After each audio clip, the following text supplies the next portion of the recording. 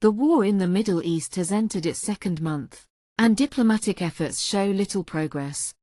Iran has rejected a US-backed peace proposal, calling the terms unrealistic, unreasonable, and excessive.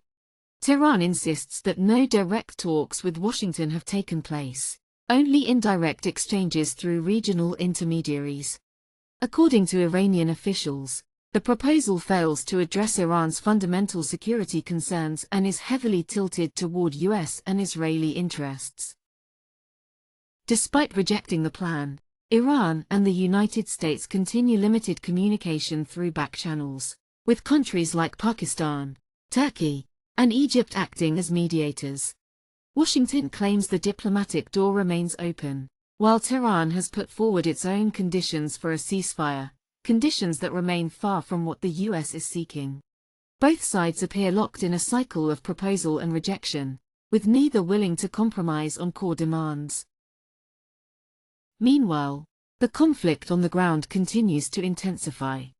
Iranian forces and US-aligned militaries are engaged across multiple fronts, fueling a worsening humanitarian situation with rising casualties and mass displacement. Global markets have also been shaken, particularly after disruptions near the Strait of Hormuz, a vital energy corridor, added pressure to already strained international supply chains. Calls for restraint from the United Nations and other world bodies have so far yielded no meaningful progress.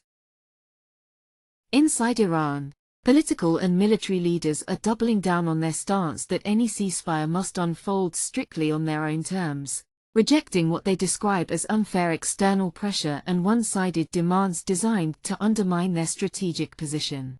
Officials in Tehran argue that accepting such proposals without guarantees would compromise their national security and reward adversarial tactics. On the other side, U.S. officials continue to insist that Washington is committed to de-escalation, even as they maintain and, in some areas, intensify military pressure on strategic Iranian assets and regional positions. This dual-track approach, diplomacy paired with force, has only deepened Tehran's suspicion of American intentions. With both governments entrenched in their respective positions, the diplomatic gap between them remains wide.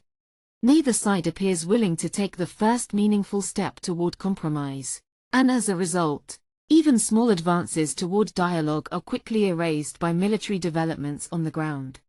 Analysts warn that without decisive movement, this stalemate could prolong the conflict indefinitely, creating new flashpoints across the region. Ultimately, the ongoing standoff underscores how fragile the situation has become and why achieving a breakthrough remains one of the most daunting diplomatic challenges facing the Middle East today. Then like, share and subscribe to Mirror Now.